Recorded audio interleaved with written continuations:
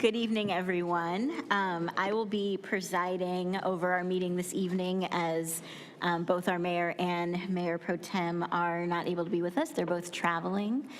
So I will call this meeting to order. This meeting of the Durham City Council to order. This is, sorry about that. This is Monday, December 5th at 7:00 p.m. We want to welcome all of you here in attendance and also folks who will be joining us remotely. Please join me for a moment of silent meditation.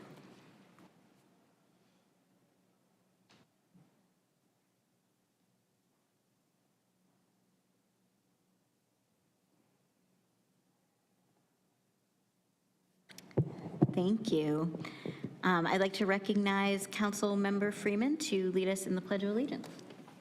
Thank you, and if it's your practice to stand and join us, we'll face the flag.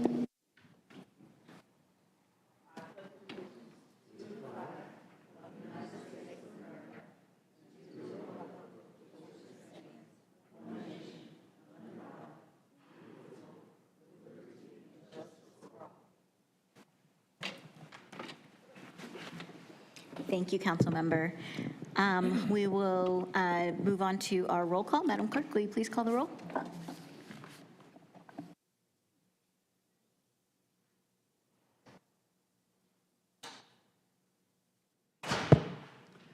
Good evening, everyone. Mayor O'Neill and Mayor Pro Tem Middleton both have excused absences for tonight. The next is Councilmember Caballero. Here. Councilmember Freeman. Present. Councilmember Halsey-Hyman. Present. Councilmember Johnson. Here. And Councilmember Williams. He's here. Thank you. Thank you, Madam Clerk. Next, we have announcements by, next we have ceremonial items. And we have Councilmember Freeman, who's going to read our ceremonial item, the Mayor's Virtue for December, which is gratefulness. Thank you, and I'm going to present this to Ms. Beverly, who I'm very grateful for. Proclamation. Whereas our daily lives are filled with information regarding inequity, crime, death, and disaster, often causing downhearted and despairing feelings. And whereas the many daily joys, moments of kindness, and shared happiness when community members are being gracious and thoughtful to one another are unassuming and go unnoticed and not celebrated. And whereas by recognizing the need to be gracious and thankful, all members of our community will be made aware of the importance. And whereas the purpose of Grateful Month is to remember that while experiencing times of adversity, during moments of uncertainty and acts of violence, we can still find the capacity to be grateful and show appreciation. And whereas we are all uniquely and extraordinarily on our different paths, allow us to extend grace in numerous ways, show kindness, and be the reason someone smiles. And whereas we should be courteous to others and during our day-to-day activities, be patient with one another to enable Durham to be a welcoming, inclusive, kind, and safer recording in progress and more secure place to live, work, and play. And whereas the city of Durham recording honors stopped those who positively influence our community recording in progress and our world, no matter how young or old. Now, therefore, I, Elaine M. O'Neill, Mayor of the City of Durham, North Carolina, do hereby proclaim the month of December 2022 as Gratefulness Month in Durham, and hereby urge all residents to participate in extending grace, patience, practicing patience, spreading kindness, and respect, generosity, and consideration of all others' time. Witness my hand and the corporate seal of the City of Durham, this the 5th day of December 2022. Thank you. Thank you. Bull City strong. Bull City strong. Thank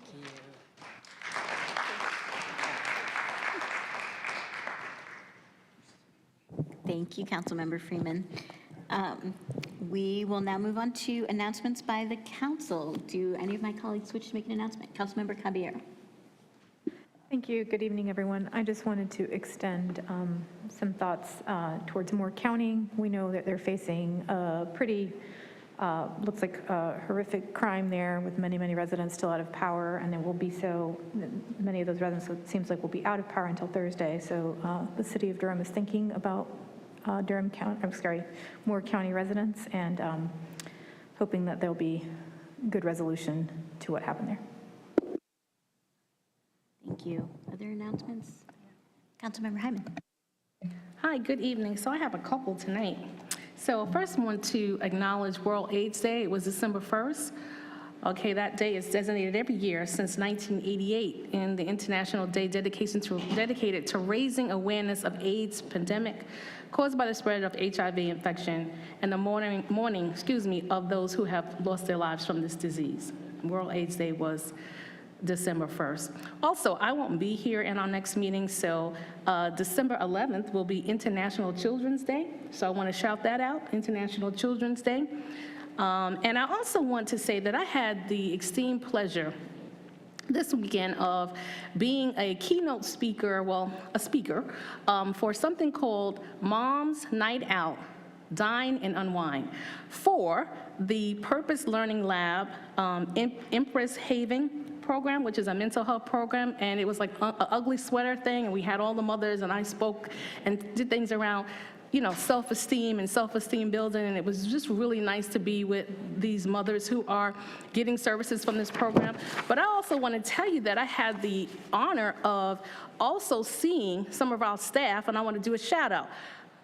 Carmen Ortez and Fallon Thompson, who actually came and met with, this is from the budget department, met with the mothers there, and they were really trying to get information around things for the participatory budget, and they were so creative.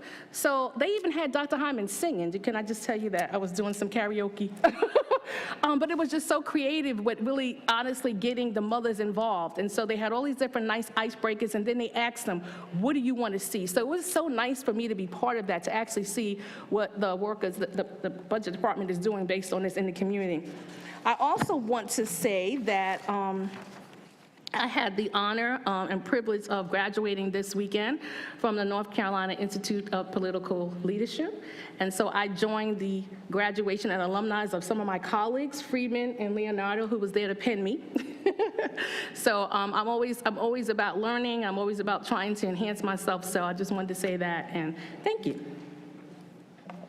Thank you, Councilmember. Any other announcements? Councilmember Williams? I did not know Councilmember Friedman was an alumnus as well. That's what's up. Congratulations. Welcome to the bond in which we are committed to doing politics better in the North Carolina Institute of Political Leadership. It was great to see you there, and congratulations. Also, on yesterday, we like to say it's the coldest day of the year.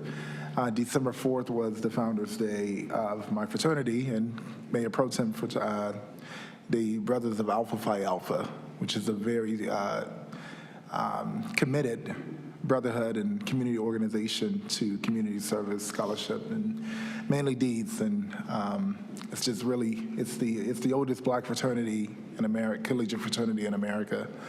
And yesterday was our Founders Day, 116 years. And also, something that had me tearing up over the weekend, if you have not heard of this organization, this business, it's called 321 Coffee. 321 Coffee, their mission is something that I am so personally committed to supporting. They hire only individuals that are intellectually developed, challenged, and whereas many people do not see them having a purpose or see them being able to be capable of doing everyday things, they are working just like everyone else. And it just, there are several concepts out there, but I'm just so excited that Durham now has ours. We have a 321 Coffee here, where they're located right on Moore Street. And I mean, it was just a joy to see so many people out there early in the morning welcoming them and, cutting the ribbon with them and going in to buy coffee and lattes from them and just doing the flashy hands. Told her I would do this tonight. So 321 Coffee, I'm glad to have them. Welcome to the Bull City. Thank you, Councilmember. I also saw that announcement and can't wait to head over there and check it out. Councilmember Freeman. Thank you, Councilmember Johnson. I just wanted to follow up and thank Downtown Durham, Inc. for hosting another great tree lighting on Saturday evening, and just note that it was a great turnout. I think the mayor was great with her light theme song and everything, and also it was a pleasure to see the North Carolina Central University STEP team and G. Yamazawa with his new album that's out now, and there's one more I'm missing. But it was a great evening out in the community, and I really appreciate Downtown Durham Inc. doing what it does. And I'm going to hope that that expands beyond Downtown Durham and more than just Christmas. Thank you. Thank you, Councilmember. I'll also mention that this weekend was the start of our new social district, which we put into place a few weeks ago. I was able to go out and partake responsibly of our new social district, and it was a lot of fun. And there were a lot of people out, and yeah, it was a great weekend here in Durham. Any other announcements? Councilmember Caballero? Yes, I just want to very quickly thank the clerk and all her staff for a really wonderful volunteer reception right before this, and to all the Durham residents who serve on our many boards. We are very grateful for you. Thank you. Thank you. Yeah, Councilmember Hyman, go ahead. Sorry, I forgot to amend this. So actually, again, I did the ribbon cutting for the Empress Haven Purpose Learning Lab, and I just want to do a shout out to the CEO, Meyer McMillan, and I got my first award as a city council member, and I've been on this for 8 months, and I got the Empress Change Award, and I was very shocked and just humbled. So I wanted to also say that. Thank you. Thank you, and congratulations. That's great. All righty, we are going to move on. So our next item of business is our priority items. First, recognize the city manager for any priority items. Good evening, Councilperson Johnson, and members of the Durham City Council. I do have several priority items for you this evening. None of them have significant change to the item that you've seen in the past, but there's some language changes, so I just kind of wanted to give you a heads up because we've been talking for a while. But first, I will give you agenda item number 6, which is a contract with Triangle Community Foundation as fiscal agent for We Are the Ones, WATO. The agenda memo and agreement were revised to remove the design team partner, Durham Beyond Policing. Agenda item number 8, which is lease and license agreement with New Singular Wireless PCS LLC at 1318 East Pettigrew Street. This item is being referred back to the administration's General Services Department. Agenda item number 12, 2022 third quarter crime report. Pursuant to City Council's request, additional information has been provided. Agenda item number 14, contract ST 316C, request for qualifications for inspections for bridge repairs 2023. The alternative section of the agenda memo was revised to replace city manager with city council, and language about redirecting funds was removed. Agenda item number 15, contract ST 326, unpaved roads improvements 2023. Also, the alternative section of the agenda memo was revised to replace city manager with city council, and language about redirecting funds was removed. Agenda item number 16, contract ST 324, street repairs and repaving 2023. The alternative section of the agenda memo was revised to replace city manager with city council, and language about redirecting funds was removed. Agenda item number 18, which is contract ST 325, pavement preservation 2023. The alternative section of the agenda memo was revised to replace city manager with city council, and language about redirecting funds was removed. And finally, Agenda item number 28, Consolidated Annexation, National Heritage Academy's Oak Grove Charter. This item is being referred back to the administration, City County Planning Department. Finally, that is all I have for you this evening. Thank you, Madam Manager. I'll recognize the city attorney for any priority items. Good evening, Councilmember Johnson, members of the City Council. It's very good to see you. The City Attorney's Office has no priority items tonight. Thank you, Madam Attorney, and I'll recognize the city clerk for any priority items. Good evening, Councilmember Johnson and City Council members. The City Clerk's Office also has no priority items tonight. Thank you, Madam Clerk. Moving right along, I will read our consent agenda. The consent agenda consists of items that the council has previously considered in a work session. All items on the consent agenda may be approved by a single vote of the council. Items may be removed from the consent agenda by a council member or a member of the public, and those items will be considered separately at the end of the meeting tonight. On our consent agenda tonight, we have item 1, Durham Open Space and Trails Commission appointment. Item 2, October 2022 bid report. Item 3, Annual Comprehensive Financial Report, ACFR, for the fiscal year ended June 30, 2022. Item 4, Durham Fire Department Response Times Performance Audit, October 2022. Item 5, Fiscal Year 2023-24 Budget Development Schedule. Item 7, Interlocal Agreement with the Durham Public School Board of Education to promote the Promoting Academic Learning Program, PAL. Item 9, Durham Station Transit Center Improvements Project, Construction Manager at Risk, Contract for Pre-Construction Services with Samet-WC Construction, a joint venture.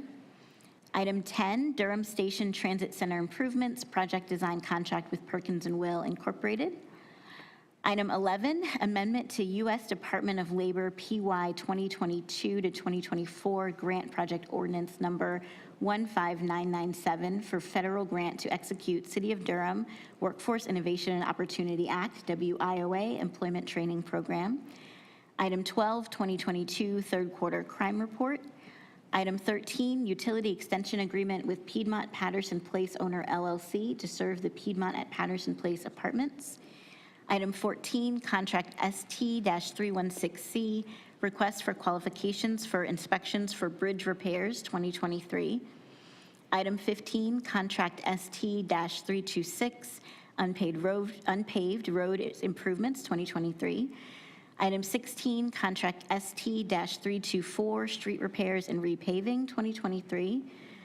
Item 17, Contract ST-316, Bridge Repairs 2023.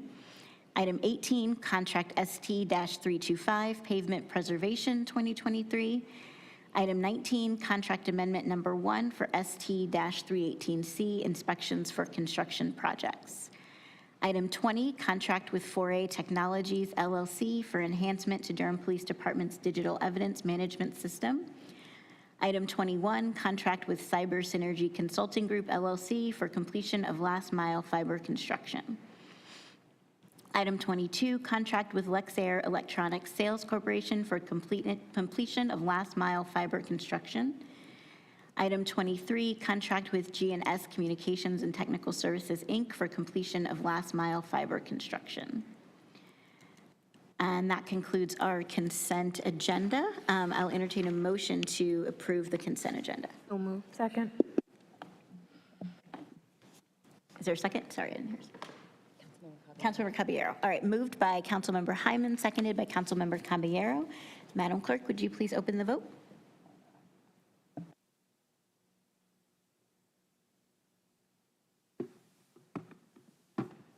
Please close the vote.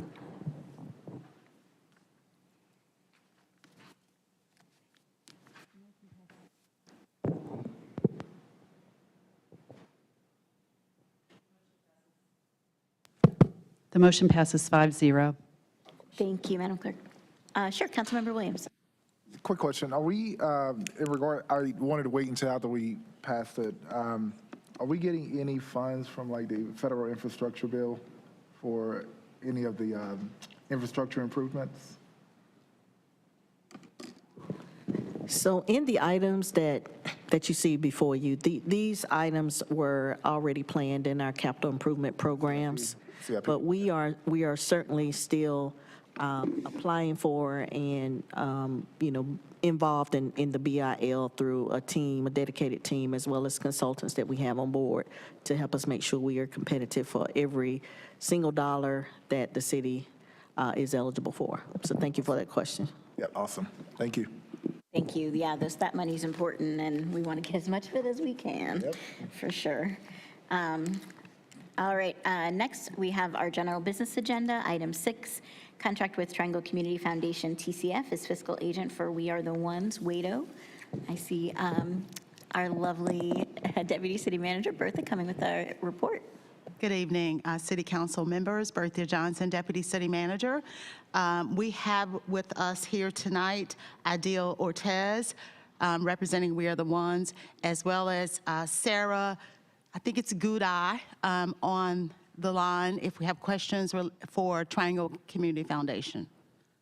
Great, thank you so much. I'd love to ask some questions to Ms. Ortiz. Is she here or online? Hi.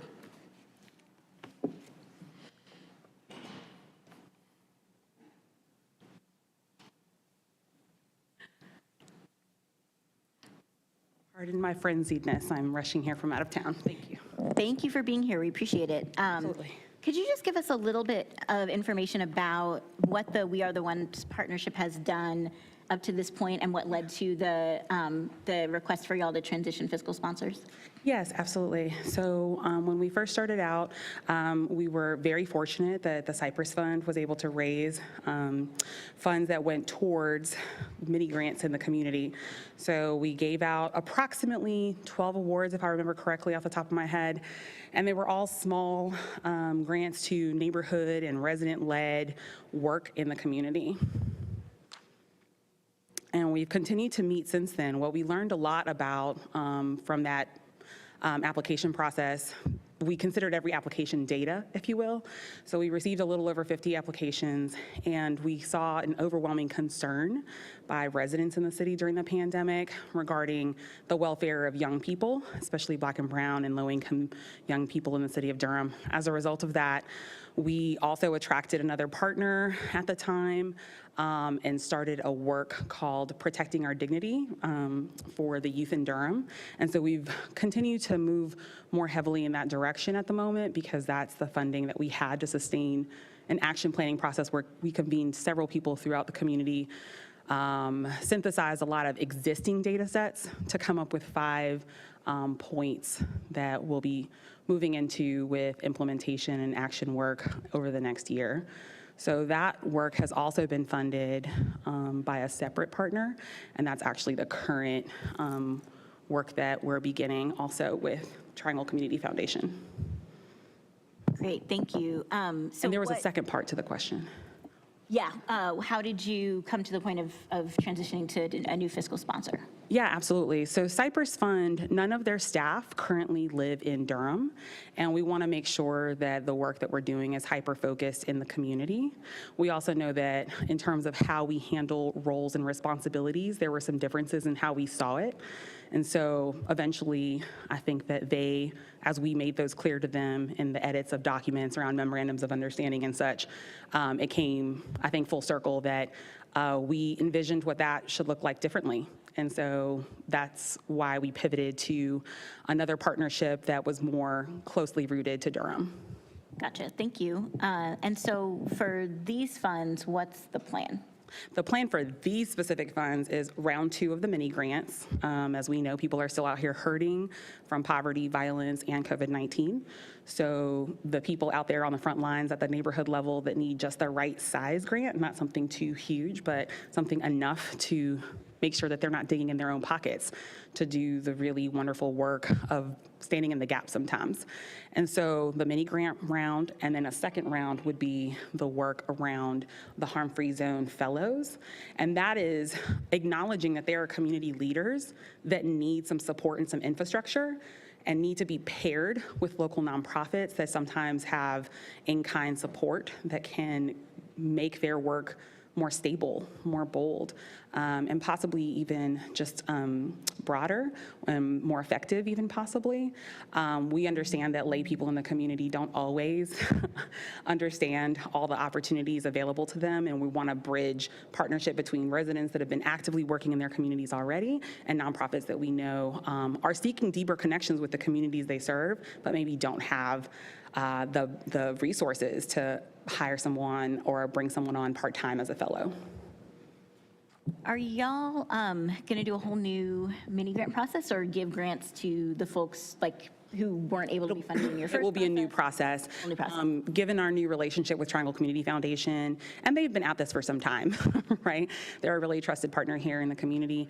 And I've sat on several advisory committees of theirs. So we know we need to do a special process that attends to the unique flavor of this work, which is very community rooted, very grassroots. And we understand that there's going to be some challenges. I mean, we foresee that, right?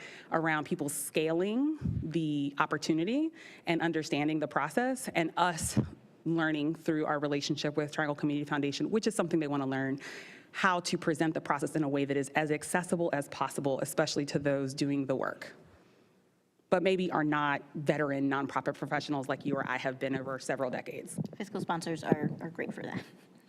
Thank you. And I want to stress that this is a partnership. So there'll be learning, there'll be technical assistance, there'll be exposure to other donors. So it's not just as flat as them carrying the money.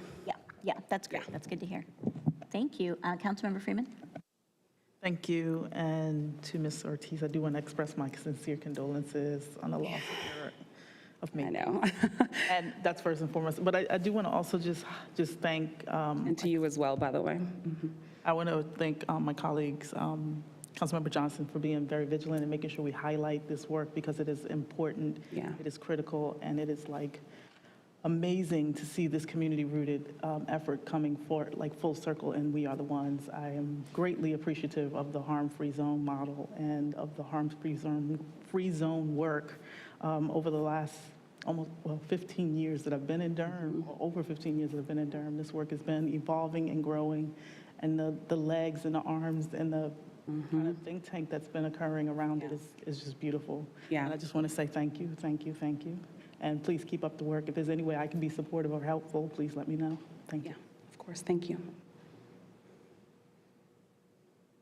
Thank you. Councilmember Caballero? Thank you. Good evening. This is more a question for staff. Earlier today, we received an email, I feel from... Sarah Guidi. Thank you. I didn't want to... Yeah, of course.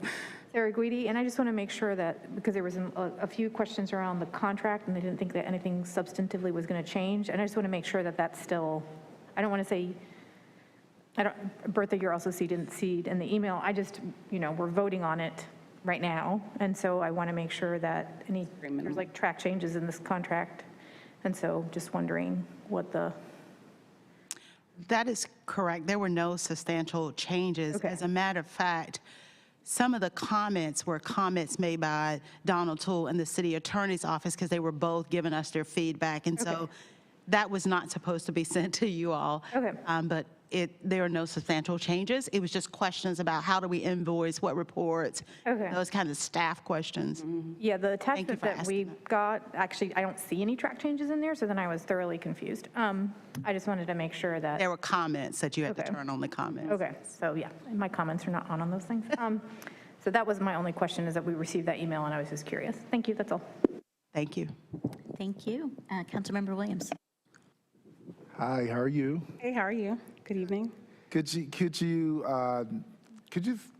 say out loud what does success look like for this? Ooh, you're going to make me cry. I'm in a particularly sentimental mood during the holidays.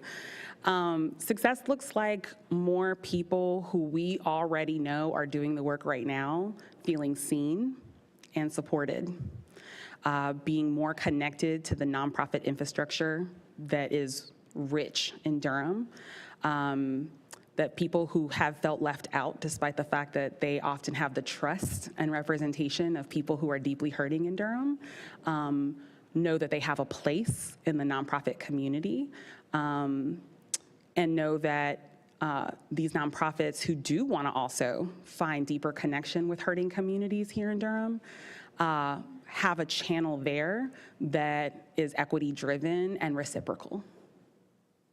That's what success looks like to me. Thank you. Maybe this is a question for staff also. What type of reporting will we have back from the disbursement of the program?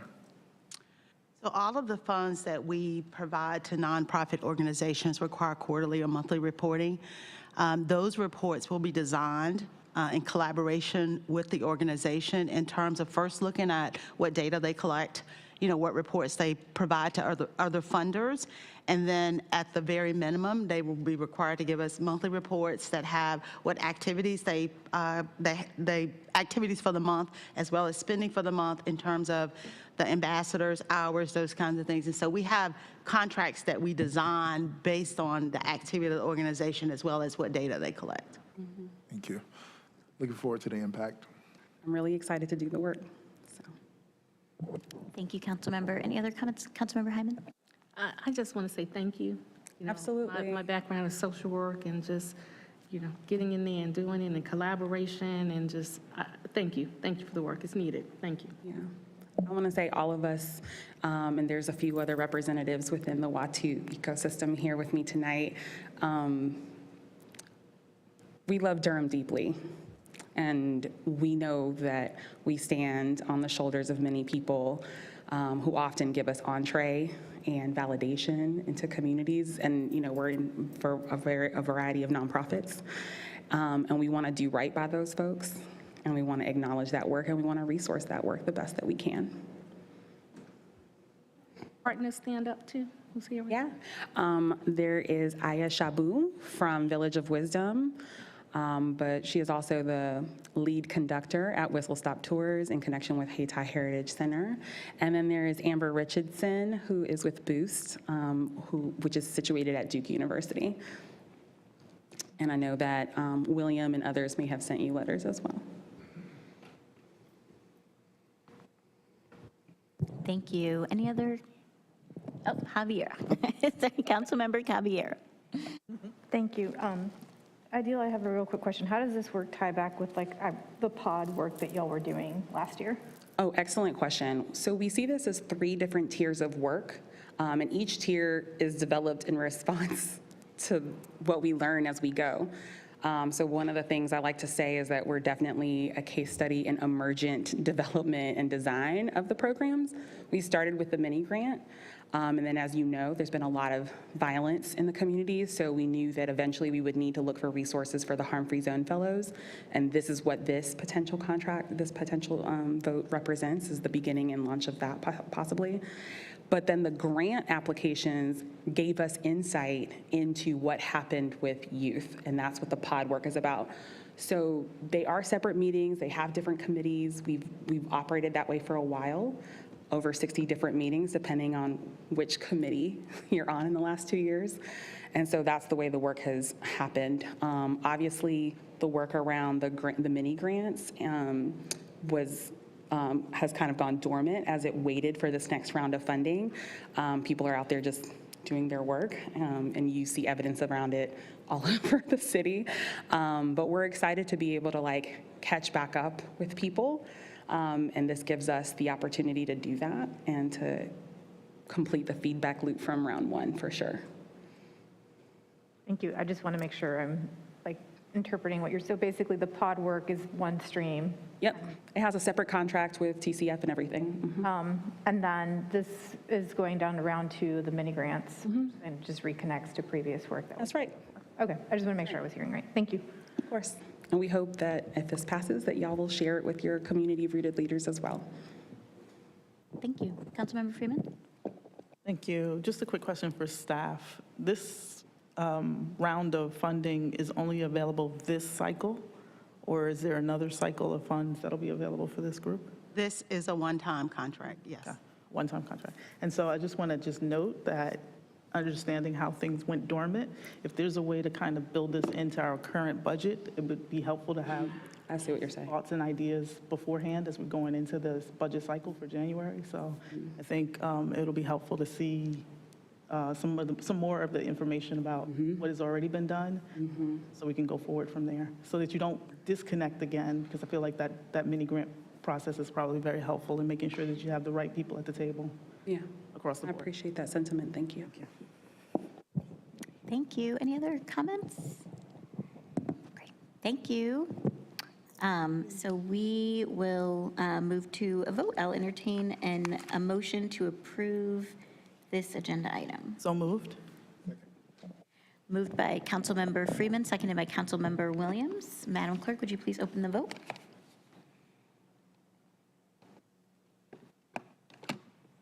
Let's close the vote.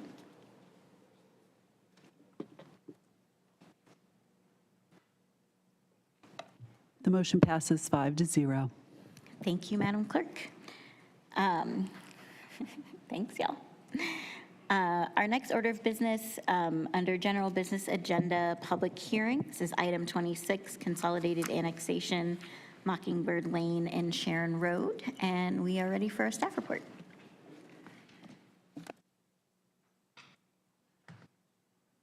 Thank you. Honorable council members, good evening. I'm Brooke Roper with the Planning Department, and I'm happy to be with you all tonight. Before I begin, I would like to state for the record that all Planning Department hearing items have been advertised and noticed in accordance with state and local law, and affidavits of all notices are on file in the Planning Department. A request for a utility extension agreement, voluntary annexation, and initial zoning map change has been received from Pam Porter of TMTLA Associates. This request is for 7 parcels of land totaling 21.16 acres and located at 1408 Sherron Road, 1564 and 1524 Pasture Lane, 1417, 1411, 1419, and 1421 Mockingbird Lane. This annexation petition is for a contiguous expansion of primary corporate limits. The applicant is proposing to annex the properties to connect to city services and facilitate the construction of up to 125 townhouse units. The current zoning is residential rural and residential suburban 20. For the initial city zoning of this site, if annexation is approved, the applicant proposes to change this designation to Planned Development Residential 5.908 to allow for the construction of, again, up to 125 townhouse units. This request received a recommendation of approval from the Planning Commission on July 12th, 2022 by a vote of 10-1. The properties are currently designated low-medium density residential on the future land use map. The proposed planned development residential 5.908 zoning is consistent with the designated use shown on the future land use map. If the proposed zoning is approved, there will be no change to the future land use map designation of low-medium density residential. As a reminder, 3 motions are required for this application. The first is to adopt an ordinance annexing the property and entering into a utility extension agreement. The second is to approve the zoning ordinance, and the third is to approve the consistency statement. Thank you, and staff and the applicant are available to answer any questions. Thank you. We've heard the staff report, and I will now declare this public hearing open. And we will first go to any questions or comments from the council for our staff. Councilmember Williams. So I'll start asking these questions on a regular. Do we have the capacity to handle this if it was to go through? And when I say capacity, I mean fire, safety, EMS, so on and so forth.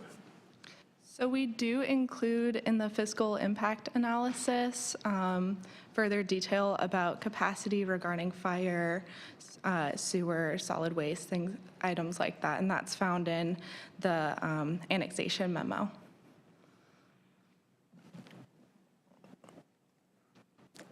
So I want us to sort of translate this a bit more for the public.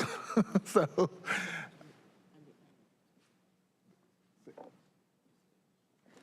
Yes. So the planning staff is presenting the case, and they're presenting information that they've collected from departments all across the city that are service departments. We provide that analysis on a case-by-case basis, so because it compares the potential to collect additional taxes and fees compared to the additional costs in order to serve the development. So we do that so that the council is aware whether or not it is a positive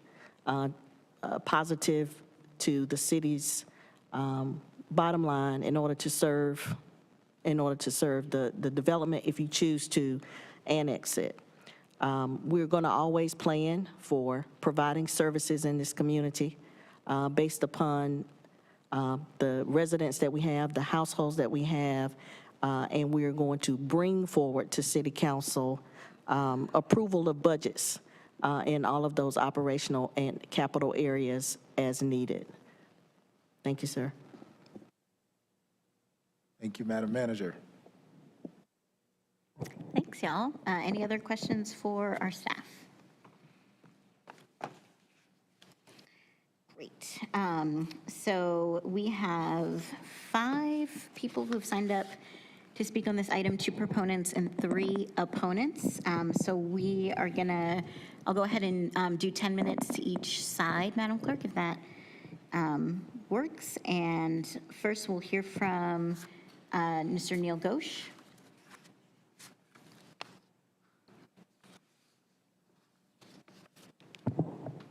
Welcome. Good evening, Councilmember Johnson and members of the City Council. It's weird, right? I know. Yeah. I was going to say Mayor Pro Tem, but that's not it either. I'm sorry to disappoint, but I did want to just start out and ask for a continuance on this item. Our group is looking at, and I'm working with Pam Porter, who's right here. Our group is looking at some of the comments that we've gotten in the community and through discussions with council members and like I said, other community members. What we are looking at right now is evaluating whether we can fit the 100-year storm event on here. So currently this rezoning application does not commit to handling the 100-year storm. And that is something that we are evaluating with I believe you have a different engineering consultant who's looking at that to see if we can make that fit. Hopefully we will be able to commit to that. But tonight, we're not in a position to, and therefore are requesting a continuance. Now, my clients, who are sitting right here with Pam, have informed me that they actually are not going to be available based on the public hearing schedule that you all have until, I think, your first meeting in February, which I think is February 6th. And so that's our request, is if we could get a continuance of this item to the February 6th agenda. Okay, thank you. I'll ask our planning staff to look into whether that's a possibility. Good evening, council members. Sarah Young with the Planning Department. We haven't solidified the cases. We do have cases that are kind of tentatively scheduled out, but if that's the will of the body, we can make it work. Okay, thank you. And I'll look to my colleagues for thumbs up on, okay, great.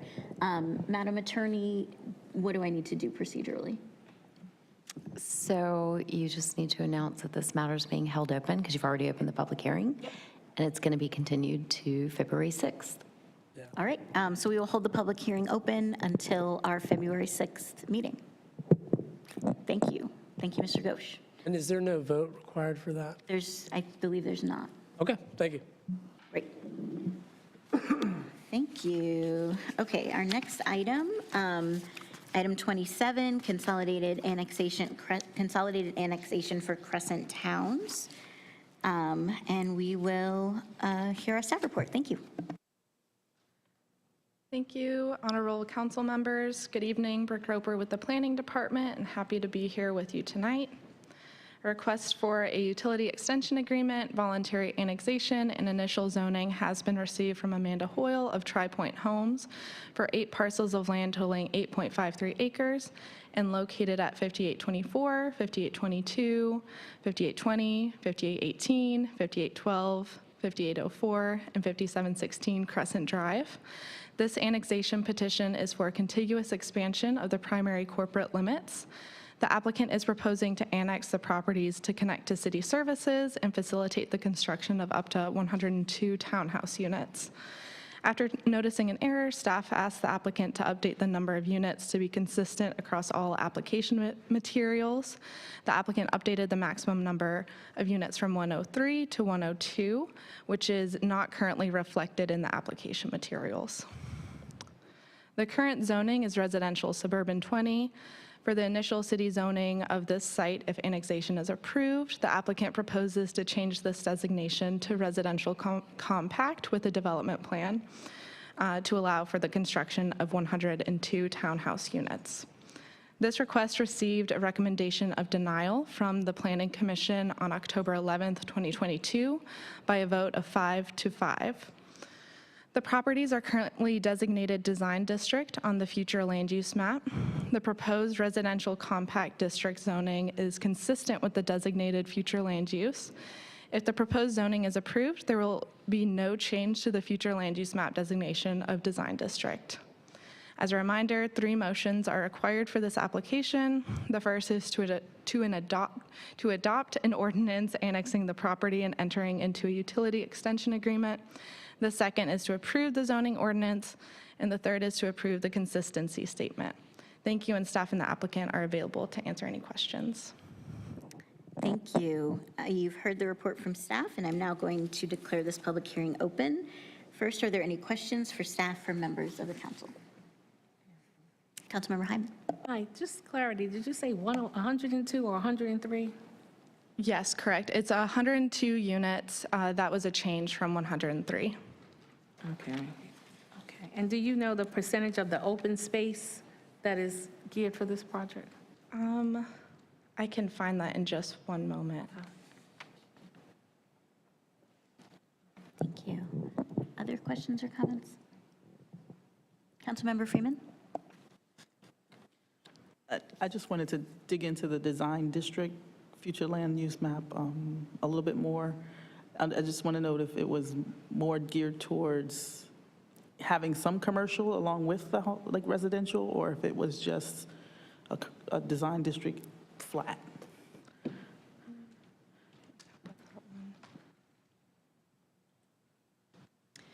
So the design district future land use was intended originally to be the place where we would implement compact neighborhoods and design districts when the previous light rail plan was in effect. So we have left those on the map, knowing that we were going through a comprehensive plan process, but you will see that probably the last small handful of cases that have come through for design districts have actually been to usually the RC district. It is the closest one without developing a complete form-based design district zoning that we've determined meets the intent. Now, that being said, originally it was intended that these would be more mixed-use areas, but knowing that we're in this kind of weird in-between space right now, waiting on the new comp plan, this has been determined by staff, myself, to meet the intent, at least for a portion. I hope that that answers the question. Thank you. It does. Thank you. And just quickly to answer your question about open space, the applicant has committed to 5%, which is the required minimum open space. Thank you. Thank you. Any other questions? All right, we will move to our speakers. There are 2 people signed up to speak on this item, 1 proponent and 1 opponent. So I'll go ahead and give 10 minutes to each side again, just to make sure folks have sufficient time. And we'll go first to our applicant, Mr. Neil Ghosh. Thank you again, Councilmember Johnson and members of the City Council. So on this one, we also would be asking for a continuance for a similar but slightly different reason. I'm working with Ashley Hales, who's sitting there. Hi. And with Stewart Engineering and Amanda Hoyle with Tri Point Homes, who's behind her. So I don't know if it was mentioned in the staff presentation, but we have a site plan in review for this project. And right now, so this project does commit to the 100-year storm. I think right now we are in the site plan stage where we're having questions or issues about that. And so we want to maintain that commitment, but because of where we're at on the site plan, we want to make sure that we are not committing or trying to design something that won't make that commitment fit. So I think when, and keep me honest here, we said we could probably continue this to the January 17th meeting? Okay, I'm trying to get these two projects right in my head. So I think the January 17th meeting would be our request to have this item continue to that meeting. We'll check with staff to make sure that that's doable. And to answer your question, the site plan shows 10% open space, 5% is required in the UDO.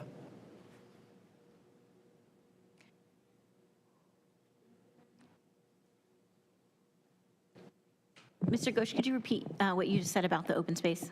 I think the site plan shows 10% open space. The UDO requires 5% in this district, the RCD district, or, well, RC district. Right, you're exceeding open space in the site plan, but that's not required. Correct, yeah, that's what I was saying, yep.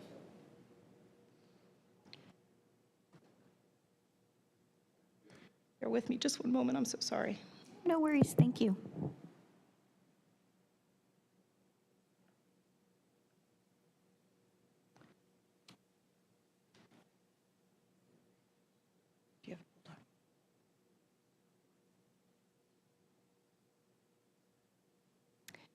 Yeah, we should be able to accommodate that. Okay, thank you. Quick poll of my colleagues to make sure everyone's comfortable. Okay, great. So we will also hold this public hearing open to our January 17th council meeting. Thank you. Thank you.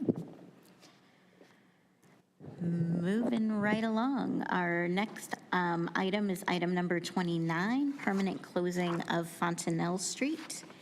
And we will hear from our staff. Thank you.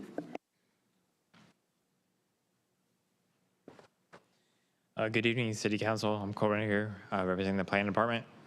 The case SC 220003 references a request by Pete Gitto, representing VGG Holdings LLC, requests a permanent closure of 143-foot Fontanelle Street in its entirety, running south between Castle Bay Road and Fidelity Drive. As part of the street closure, the applicant seeks to combine all the remaining land with the parcels located at 1100 Castle Bay Road and 1200 Castle Bay Road to create two new properties of 1.739 and 1.025 acres in size. Staff will be available for questions as needed. Thank you. You've heard the staff report, and I will now declare this public hearing to be open. And we'll first entertain questions and comments from the council. Any questions or comments from the council?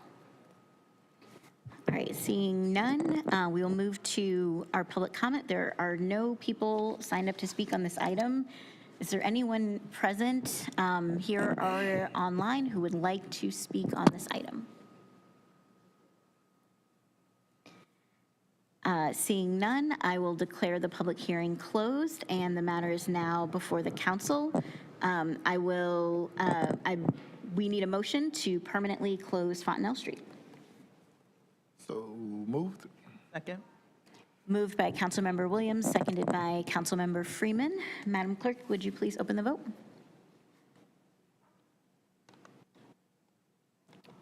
Please close the vote.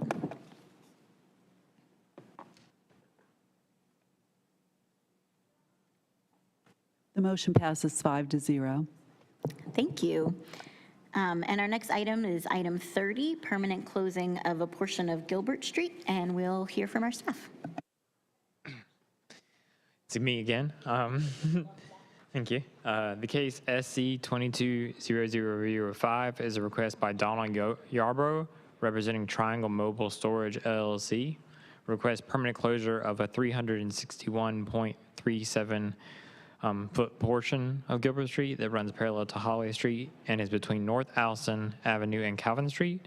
As part of the street closure, the applicant seeks to combine the remaining land with parcels located at 1005 Calvin Street and 921 Holloway Street. Staff will be available for questions. Thank you. We've heard our report from staff, and I will now declare this public hearing to be open. And we'll first entertain questions and comments from members of the council. Councilmember Freeman. Thank you. I just wanted to verify out loud whether or not this would have any impact on the Eastern, Eastern Longfellow kind of opening up any type of trail in that area? So Parks and Rec did review the street closure, and they had no comments related to the trail. It is just a portion of the street actually between two warehouses that is currently being used actually right now as a parking lot. So the applicant's wishing to combine those properties so that parking lot can be privately maintained rather than being in the public right of way. And since there was improvements, that's why I has to go through the street closure process. Say that one more time. That since those were improvements made to that, that's why it has to go through the street closing process. Thank you. Thank you, Councilmember. Any other questions or comments? All right, seeing none, we will move to comments from the public. We have one person signed up to speak on this item, Burton Jones, a proponent. Mr. Jones, I believe, is joining us online. Councilmember Johnson, Mr. Jones is not in the queue. Okay.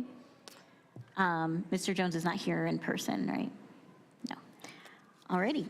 So we have nobody to speak on this. No one signed up to speak on this item. Is there anyone present in the chamber or remotely who would like to speak on this item? Seeing none, I'll declare this public hearing closed, and the matter is now back before the council. Councilmember Freeman. Thank you. I just want to note that this is very close, and I know that Parks and Rec statements are included. It looks very writ, and I do want to make sure that staff is paying close attention to this area, acknowledging that there is a plan, and there's been a lot of conversations about what's happening with East Durham Park, Long Meadow, and that area in between. And so I would hope that there would be more specific comments, especially when something as hot button as Long Meadow comes up. So I just want to make sure that that's noted for future reference. Thank you. Thank you, Councilmember. Any other comments or thoughts from council before we move to a vote? All right, I will entertain a motion to permanently close 361.37 linear feet of Gilbert Street beginning at Calvin Street. So moved. Second. Moved by Councilmember Caballero, seconded by Councilmember Williams. Madam Clerk, would you please open the vote?